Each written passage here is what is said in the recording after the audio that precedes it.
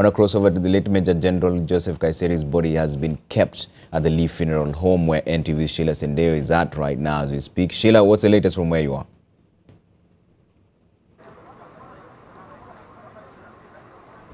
Well, Trevor, I have to say there's been a constant stream of visitors here all through the day since morning, and since the news filtered through that the Interior Cabinet Secretary Joseph Nkaissery had died, there's been a number of people who'd come here to pay their respects. And joining me now is Bishop Mark Kariuki of the Deliverance Churches of Kenya. Bishop, you were with the late General yesterday during the prayer sessions. Your reflections of this man? Well, this is a very sad day for us. Having spent the day with him yesterday at Uhuru Park praying for peace. And he was very healthy person as far as we are concerned. When he arrived at Uhuru Park, I went to receive and shook his hands, and you could feel the warm handshake. And the words that he told me when we shook hands, he said, "This is very good what you are doing for this country. Tunafurahia sana.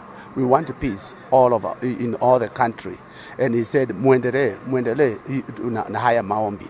And then he sat down. So when we look back and seeing he was a healthy person is a very painful moment, is a very sorrowful moment. But we also know, according to the scriptures, it is appointed once for a man to die. But it is not said when or how.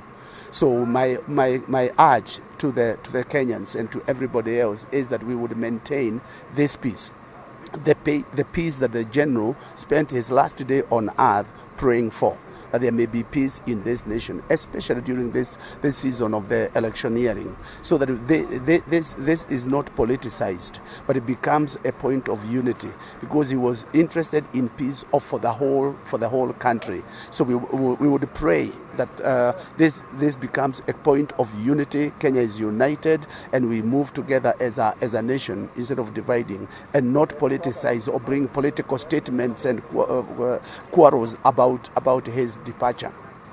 And from the Evangelical Alliance of Kenya, we felt very honored to have him be with us, and we would like to send our condolences to the family, wherever the family is. We send our condolences to you, to the president, to the government. We send our condolences, and we say the Evangelical Alliance of Kenya churches stand with you and praying for peace in our nation, because this was the general's wish and desire in his last day.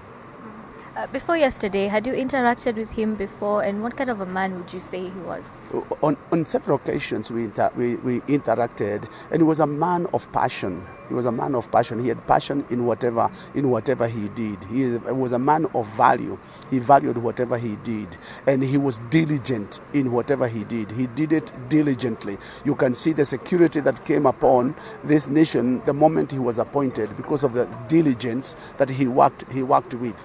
So we, as a nation, we have lost a diligent man, a committed man, a man that loved this nation.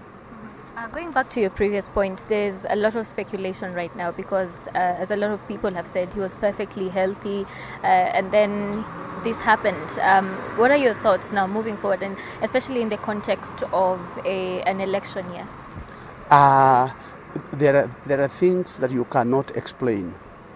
That you cannot explain a person's day of death or the cause of death. That's why, because we from the scriptures we read in Deuteronomy 29:29 that the secret things belong to the Lord our God, but the revealed are ours. Those which are not revealed are secret. One of them is the day of death, and the time of death, and the place of the cause of death. It's not revealed. So you can see somebody very healthy, but if his time has come, then there's nothing that you can do. We would not want to speculate or bring in witchcraft or bring in whatever. We just say the experts are looking at the body, so they will tell us the cause. All right, thank you so much. so much, and thank you for joining us here Thank you. on NTV. That was Bishop Mark Kariuki, just one of the many people who've come here to pay their last respects to Interior Cabinet Secretary Joseph Nkaissery, who died earlier this morning. We've had quite a number of profound statements and words from people who've come here, friends, close relatives, members of parliament, colleagues who served with him in various capacities in government. And he was a top military man. Yes, he was a strong man, a tough-talking general as he was seen out there in public, but he also had a soft heart. He was a loving father, a friend, and a husband. And as those are some of the issues that are coming out, we've seen an outpouring of emotions, a lot of people really distraught. It's a surreal moment for many people who never really thought that this day was going to come, but it has actually. And the country being asked to not speculate, but instead respect the man and wait for official answers that will be coming through in the next couple of days, and therefore to just help the country understand what exactly happened to the former Interior Cabinet Secretary. Trevor, I have to throw this back to you. We're still witnessing a number of people milling around here, just trying to get a glimpse of what's going on inside the Liu Funeral Home. It's been a long day for most people who've just come to pay their last respects to the former Interior CS. Trevor.